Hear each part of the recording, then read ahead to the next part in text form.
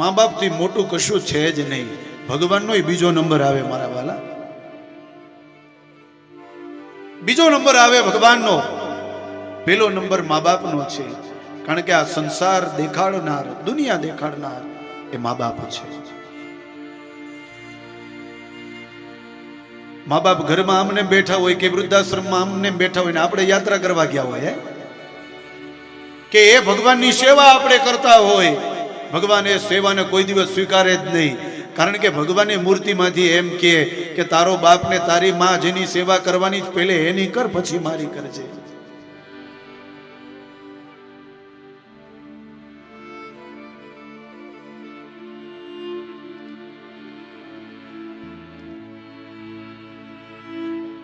હમણાં જ કથા આવશે પ્રથમ સ્કંદમાં નારદજીના આગલા જન્મની. એ કથામાં વિસ્તાર કરીશ, પણ વાત આવી એટલે જરા તમને કહું કે નારદજી આગલા જન્મની કથામાં વ્યાસજીને કહે છે કે હે વ્યાસજી, આગલા જન્મમાં હું દાસીનો દીકરો હતો, મહંતોને બધા આવ્યા હતા, અને જ્યારે જતા હતા ને ત્યારે મને એમ થયું કે આ સંસારને છોડીને હું સંતો ભેગો વયો જાઉં. ત્યારે સંતો મહંતોને મેં એમ કહ્યું કે મને તમારી સાથે લઈ જાઓ. અને ત્યારે મહાત્માઓએ એમ કહ્યું કે અમે તને મારી સાથે ન લઈ જાય, કારણ કે તારી માં હજી જીવે છે. પહેલી સેવા તારી માની કર, પછી તું અમારા ભેગો આવજે. આ ભાગવતમાં કથા આપેલી છે પ્રથમ સ્કંદમાં. એનો મતલબ એમ કે પેલા ભગવાન આપણા મા બાપ છે. કદી ન દુભાવીએ હૈયું એનું, ઓ ભાઈઓ બહેનો. ઘણા મા બાપ અમને ફોન કરતા હોય, શાસ્ત્રીજી અમારી આવી હાલત છે, અમારા દીકરાઓને સમજાવો ને. એવા મા બાપને હું કહું છું, સમય છે ને સમયનું કામ કરે છે. આજે તમારા સાથે જે થયું છે ને એ આવતીકાલે તમારા દીકરા સાથે થવાનું જ છે. અને એના માટે રાહ આપણે થોડી જોવાની છે. અને જ્યારે તમારા દીકરા સાથે એનો દીકરો કરશે ને ત્યારે એને ખબર પડશે કે આ જેવું મેં મારા મા બાપ સાથે કર્યું હતું ને, આજે મારા સાથે થયું છે. એ ઘરની બહાર કાઢી મૂકશે ને.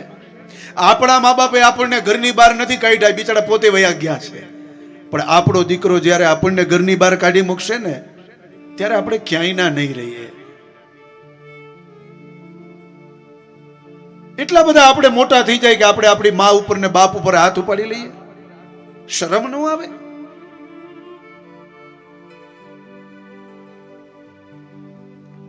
આજે આત્મદેવ ઉપર આ ધુંધુકારીએ હાથ ઉપાડ્યો, અને આજે બાપ કોને કહે? કોઈને નો કહે. ધ્રુસકે ધ્રુસકે રોવે. અને એ જ સમયે ગોકર્ણ મહારાજ આવ્યા, પિતાજીને રોતા જોયા અને કહે, પિતાજી શું થયું? બોલે, તારા ભાઈએ મારા ઉપર હાથ ઉપાડ્યો. પણ ગોકર્ણ મહારાજ તો મહાન જ્ઞાની છે, અને ત્યારે કહ્યું, પિતાજી રોવો નહીં, હું સમજી શકું છું તમને દુઃખ થયું, કારણ કે તમે ધુંધુકારીને તમારો દીકરો માનો છો, પણ હકીકતે આ સંસારમાં કોઈ કોઈનું છે જ નહીં. અસારે ખલુ સંસારે દુઃખ રૂપી વિમોહક સુતઃ કસ્ય ધનમ કસ્ય સ્નેહવાન જ્વલતે નિશમ. સુતમ કસ્ય બાળક પણ તમારો નથી, ધનમ કસ્ય ધન પણ તમારું નથી. ખાલી હાથે તમે આવ્યા છો અને ખાલી હાથે તમારે જવાનું છે. તો હે પિતાજી, આ વાસના જે છે ને કે આ મારું છે, મારું છે, મારું છે, આ બધાને તમે છોડી દો. અંત સમયે કોઈ તમારું નથી પિતાજી. અને આ સંસારમાં કોઈને સુખ છે જ નહીં. અરે ઇન્દ્ર મહારાજ જેવા ઇન્દ્ર મહારાજને પણ સુખ નથી. ન ચેન્દ્રસ્ય સુખમ કિંચિત ન સુખમ ચક્રવર્તીના. નકર એ ઇન્દ્ર મહારાજ તો શાસન ચલાવે છે, પણ એને પણ બધી વાતનું સુખ નથી.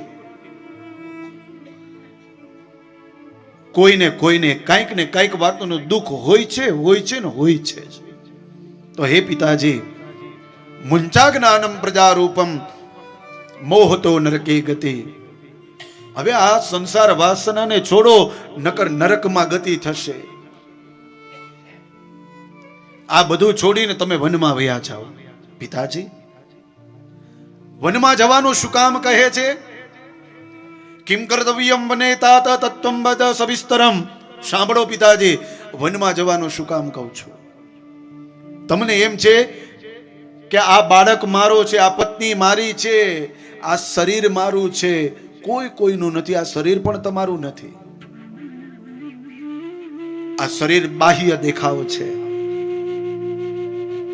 માત્ર ને માત્ર બાહ્ય દેખાવ છે. પણ એ શરીરની અંદર શું શું છે?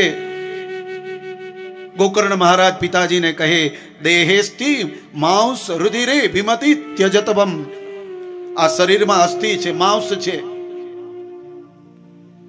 લોહી છે. આના સિવાય બીજું કાંઈ છે જ નહીં. આ શરીર પણ કદરૂપું છે. આ તો ખાલી બાહ્યનો દેખાવ છે. તો એ વાસના છે એને તમે છોડો. સાથે સાથે જાયા, જાયા એટલે કે પત્ની, સુતા એટલે કે બાળક, દિશુ સદા મમતા વિમુંચ. તમને જે માયા છે ને, આ મારું એને તમે છોડી દો. અને તમે જોઈ લીધું, પશ્યા નિસમ જગદિદમ ક્ષણભંગ નિષ્ઠ. આ સંસારમાં આપણે જોઈએ છે કે જે કાંઈ પણ સુખ હોય છે ને, ક્ષણવારનું હોય છે. કોઈને ગુલાબ જાંબુ બહુ ભાવતા હોય, ઘણાને કાજુ કતરી બહુ ભાવતી હોય, ઘણાને કેરી બહુ ભાવતી હોય. પણ એ 5 ગુલાબ જાંબુ ખાઈ જાય પછી છઠ્ઠું તો કે બસ હવે એની પેટ ભરાઈ ગયું. કેમ? જ્યાં સુધી ભૂખ હતી, એક ક્ષણવારનું સુખ હતું, 5 ગુલાબ જાંબુ ખાઈ લીધા, પૂરું થઈ ગયું, બસ હવે નહીં, પેટ ભરાઈ ગયું. બસ સંસારનું પણ કંઈક આવું જ છે.